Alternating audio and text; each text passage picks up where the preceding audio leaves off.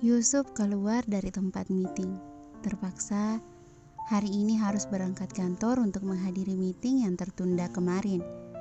Sebenarnya Yusuf enggan sekali untuk berangkat kerja. Ia tidak akan bisa fokus.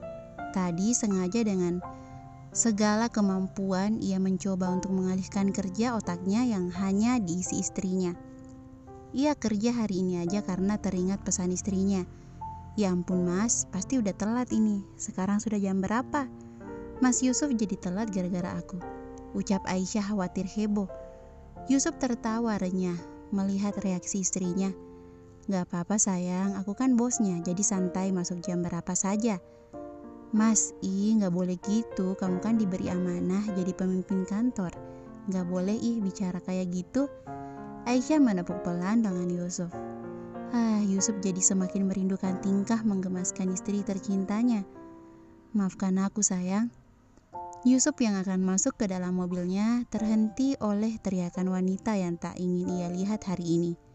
Bianca berjalan mendekati Yusuf. Ariel, kamu gak hindarin aku? Ujar Bianca yang dari tadi pagi mencoba mendekati Yusuf. Yusuf menyentak tangan Bianca yang memegang tangannya. Tanpa banyak ucap, Yusuf memasuki mobilnya, menghiraukan Bianca yang berteriak memanggil namanya. Bianca sangat kesal hari ini. Ia merasa usahanya kembali mundur setelah maju banyak langkah. Yusuf kembali dingin dan menghindarinya. Ini tidak bisa dibiarkan. Sial, semua ini karena istri kecil Yusuf. Bianca sangat benci wanita itu. Karena dia, Yusuf mengabaikannya. Bianca mengangkat teleponnya yang berdering. Ya, halo? Kok bisa? Syukurlah. Ya, saya ke sana sekarang. Bianca bangkit dengan raut khawatir dan meninggalkan tempat itu menuju telepon yang menghubunginya tadi. Yusuf tersenyum lega. Ia mendapat kabar dari sahabat Aisyah bahwa istrinya di rumah Maira.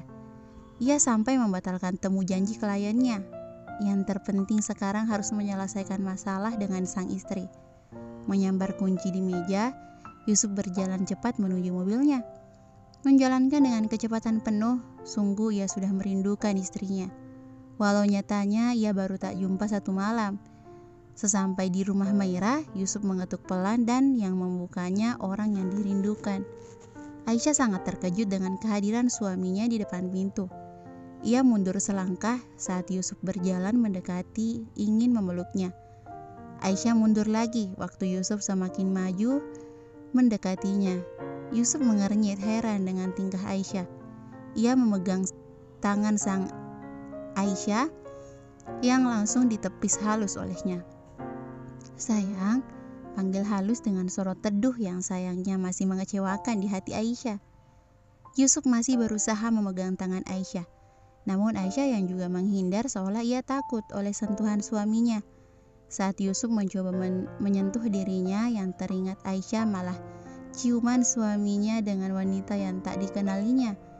Aisyah hanya tak terima tubuh yang selalu mendekapnya dengan pelukan hangat juga dirasakan oleh orang lain selain dirinya. Sayang, please listen to me, parau suara Yusuf saat istrinya yang hanya bungkam dan seolah takut kepadanya.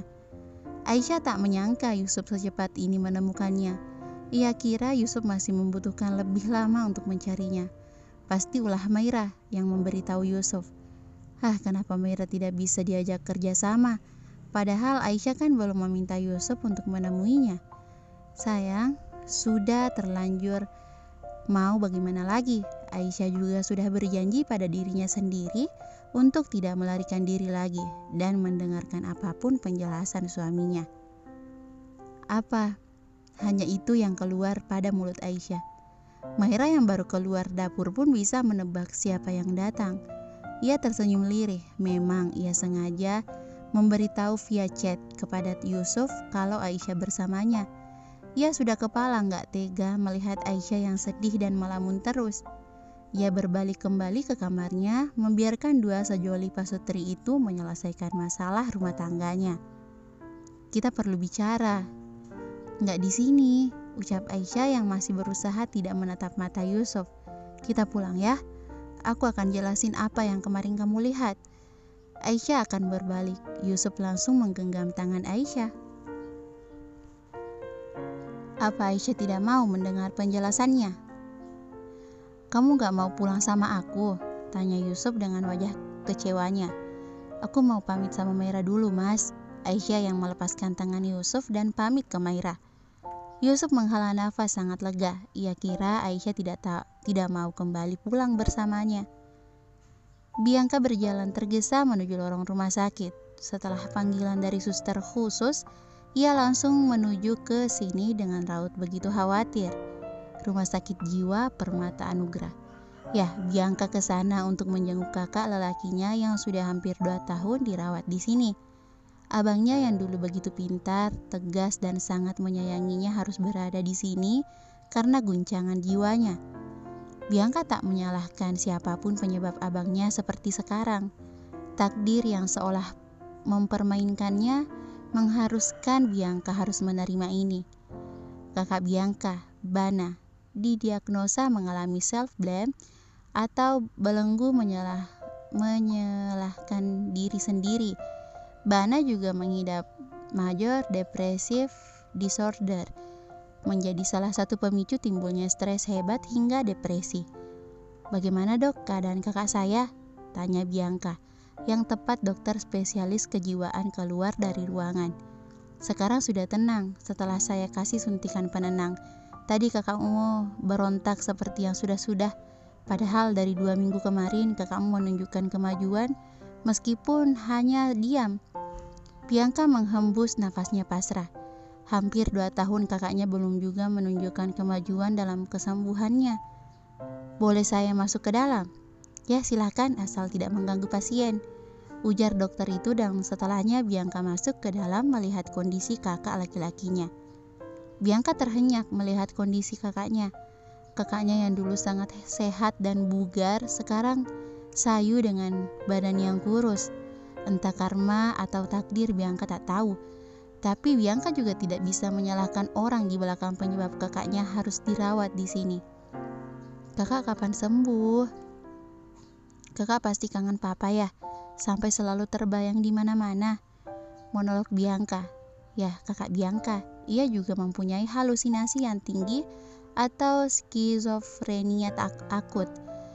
Skizofrenia juga diartikan sebagai sekelompok gangguan berat pada otak di mana orang akan menafsirkan realitas dengan abnormal. Tidak seperti orang pada umumnya. Orang yang mengalami hal ini akan mengalami beberapa hal seperti halusinasi, hayalan dan gangguan pada pemikiran dan perilaku. Mayoritas dari penderitanya mengalami rasa takut yang luar biasa. Biasanya penyakit ini mulai muncul pada usia dewasa muda. Skizofrenia bisa dikatakan sebagai sebuah kondisi yang kronis, sebab penderitanya tidak dapat dilepaskan dari namanya pengobatan. Itu juga mengharuskan Bana untuk tetap tinggal di rumah sakit jiwa ini. Ia selalu melihat papa Bianca di mana saja dalam waktu-waktu tertentu. Bana tidak seperti pasien yang lainnya. Ia jarang berteriak ketakutan atau seperti orang gila pada umumnya. Bara hanya bersembunyi ketakutan bila bayang-bayang papanya menghantuinya. Dan saat ia tak kuat menahan denyutan kepala, bisikan di kepalanya Bana akan membenturkan kepala berulang kali serta meraung-raung. Kak Bana harus bisa maafin diri kakak sendiri. Lupain masa lalu kakak yang dulu. Dia sudah bahagia kak, dia pasti mau maafin kesalahan kakak. Kak Bana yang harus bangkit. Kakak harus sembuh. Kasihan mama kak. Mama sering ngelamunin kakak. Kita selalu sayang kakak. Tangis Bianca pecah. Ia seperti orang bodoh yang berbicara tanpa henti pada orang yang sedang tertidur. Bianca memang tak menyebut dia sebenarnya. Dokter menyarankan kepadanya Bana tak bisa mendengar nama orang yang bersangkutan dengan masa lalunya secara gamblang. Bianca menghapus air mata di pipinya. Bian akan merebut kebahagiaan aku yang dulu, yang sempat Kak Bana hentikan. Aku akan buktiin ke Kak Bana kalau dia yang selalu bisa bahagiain aku dan kembali mencintai Bian. Bian akan kasih tahu Kak Bana kalau Bian sama dia lagi. Kakak harus sembuh ya. Bianca mengelus punggung tangan Bana lembut, mencium kening kakaknya penuh kasih sayang. Aku pulang, Kak. Tanpa diketahui, Bana bisa mendengarkan apa yang diucapkan adiknya. Yusuf sudah kembali membawa Aisyah ke rumah mereka. Dalam perjalanan yang diisi keheningan, membuat Yusuf sedikit kelimpungan dalam hatinya. Sibuk mencari topik untuk dibicarakan nanti. Sesampainya di rumah, Aisyah langsung melenggang ke kamar membersihkan dirinya terlebih dahulu. Sedang Yusuf menunggu di luar kamar sambil melamun. Yusuf takut istrinya terus marah dan memilih meninggalkannya. Tidak ada bayangan dalam diri Yusuf bila mana Aisyah pergi dalam hidupnya. Tidak mungkin. Buktinya sekarang Aisyah mau mendengarkan penjelasannya. Yusuf akan menceritakan siapa Bianca. Mungkin ini waktu yang tepat untuk membuka sedikit cerita masa lalunya. Aisyah hanya tahu masa lalu Yusuf yang hanya terdengar menyenangkan saja. Memang itu yang Yusuf mau. Ia tak ingin istrinya tahu betapa kelamnya masa lalunya. Pintu kamar mandi berdenyit. Aisyah keluar dengan baju dan kolotnya. Rambut yang masih basah dengan handuk yang masih melekat di kepala cantiknya. Sepertinya Aisyah habis keramas. Aisyah memang butuh mendinginkan kepalanya terlebih dahulu sebelum mendengar penjelasan Yusuf. Sini duduk, Cak. Yusuf menepuk ranjangnya, mengajak Aisyah untuk duduk di sebelahnya. Aisyah duduk di sebelah Yusuf tapi berjarak. Yusuf menggeser tubuhnya semakin dekat dengan Aisyah. Ia memegang handuk di kepala Aisyah, membantu Aisyah mengeringkan rambutnya. Yusuf berdiri mengambil hair dryer di nakas lemari. Ia kembali duduk memilin rambut Aisyah pelan dengan sesekali disisirnya. Mereka berdua seperti tidak terjadi masalah apapun dalam rumah tangganya. Aisyah juga sampai terhenyak dengan sikap Yusuf. Cak, panggil Yusuf yang masih menggunakan hair dryer di tangannya. Yang hanya dibalas deheman oleh Aisyah. Maafin Mas ya.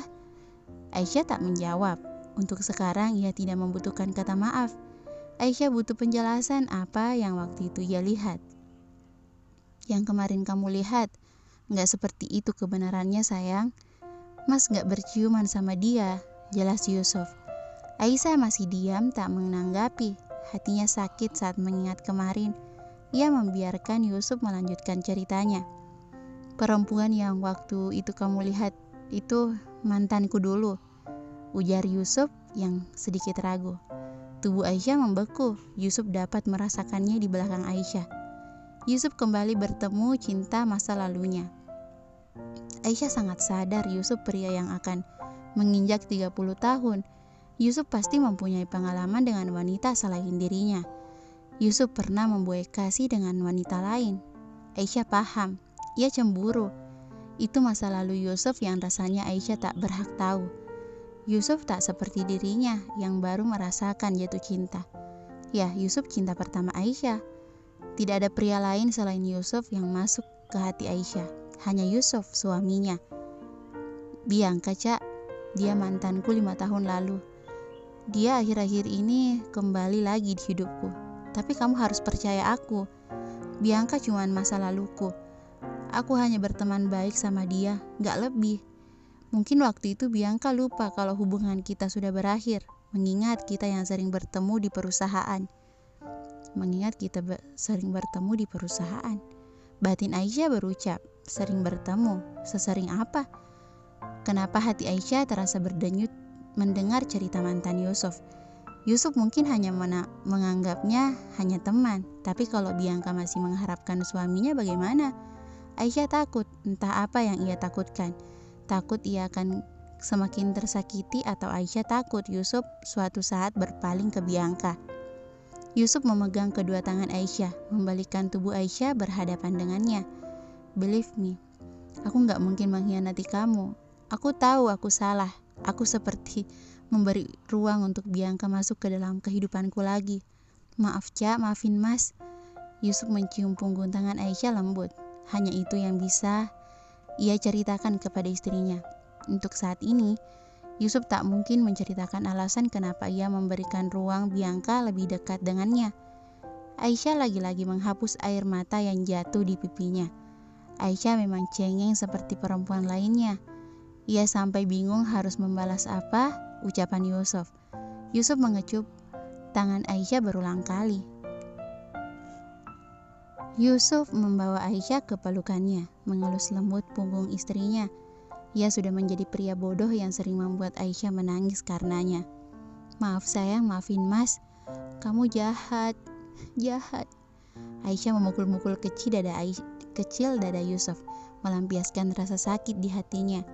Yusuf membiarkannya. Ia tahu Aisyah perlu menyampaikan kelegaan di hatinya. Yusuf makin merapatkan pelukannya, sesekali mencium puncuk kepala Aisyah. Aisyah merenggangkan pelukannya, menghapus air matanya. "Janji sama aku, kalau ada apa-apa cerita." Yusuf terhenyak sebentar. Apa ia bisa menepati janjinya? Yusuf hanya mengangguk, tak mengiyakan atau menolak. "Janji jauhin mantan kamu. Jangan dekat-dekat dia." Aisyah menyatukan kelingking mereka. "Aku usahain, karena dia juga partner perusahaanku. Aku akan mencoba jaga jarak sama Bianca." "Jangan sebut nama dia," rengek Aisyah. Ia cemburu. Yusuf terkekeh, sungguh lega di hatinya melihat Aisyah yang sudah memaafkannya. "Maaf sayang, udah buat kamu nangis. Maaf menyakiti hati kamu." Aisyah mengangguk kepalanya. Ia juga lega setelah mendengar penjelasan Yusuf. Aisyah juga harus antisipasi dengan mantan Yusuf. Ia tidak boleh lengah. Jangan sampai Bianca itu semakin dekat dengan suaminya. "Peluk," manja Aisyah yang terdengar menggemaskan di telinga Yusuf. Yusuf merentangkan tubuhnya yang langsung disambut Aisyah. "Kangen kamu." Bersambung.